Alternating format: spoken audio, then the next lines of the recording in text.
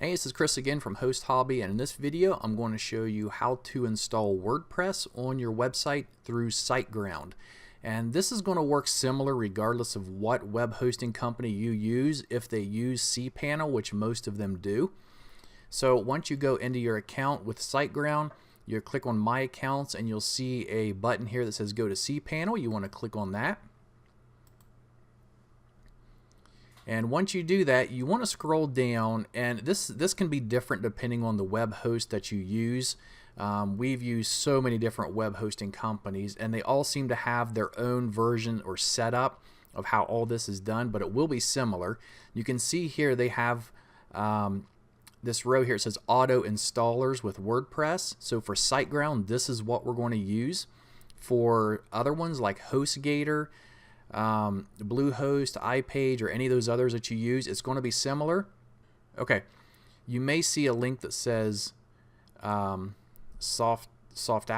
or however you pronounce that, and you'll want to click on that, and within there you're going to find WordPress. And so what we're going to do is go ahead and just use this here, and you want to make sure you click on Install. And now you want to choose how you want to set up your domain name. Now through SiteGround, I have it set up where I get a free SSL, which is a huge benefit of using SiteGround. And so it automatically tells me here that I can use the HTTPS, which is important anymore, especially with ranking and security. And then you want to choose your domain name. So if you have multiple domain names, choose the one you want to use. The directory, most likely you want to leave this empty. If it's not empty, you want to delete whatever's in there.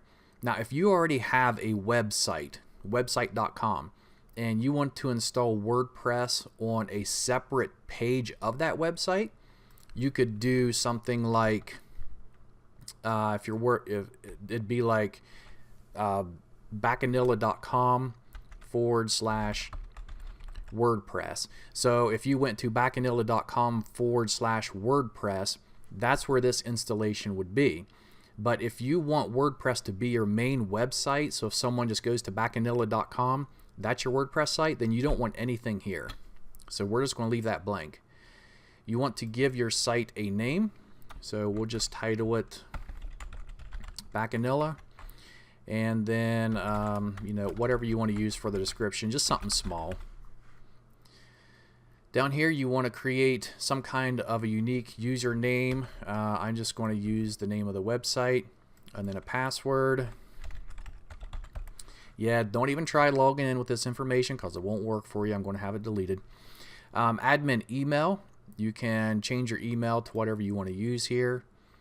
Login attempts, you can limit those. I usually keep this on. It kind of prevents hackers or auto bots from trying to log into your account, getting access to it. Which is why I highly recommend you do use a good username and a strong password, because there's a lot of tools out there people can use to hack into your accounts, and they're very good tools, and lots of times they can get in. So do not use a password like password or 123 or anything like that. Come up with something that's really strong, really powerful, maybe 12, 15 digits even of letters, numbers, symbols, or whatever. Okay, once you do that, you can choose a theme. You don't have to. You can go to advanced options. You don't have to change none of this stuff. Next thing you're going to do is just click install. Password strength must be greater than 50. So yeah, I used a weak password here. So let's use exclamation. There we go. And we will install. And this only takes a few seconds.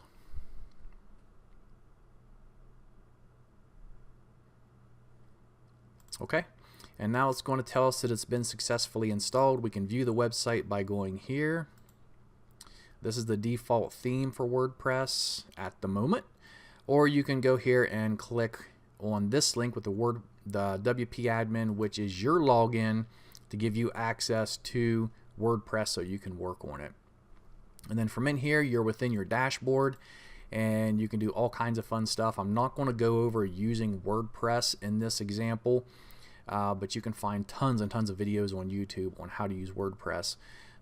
But that's how you install it and get everything set up with your domain name and pointing it to the right hosting account, and going through the process of getting WordPress installed on your hosting account. So This has been Chris with Host Hobby. If you like my videos, please subscribe to my channel. I'm going to be posting a lot more videos related to setting up accounts, and I may even do some on using WordPress, so we'll just have to see how that goes. So thanks again, guys.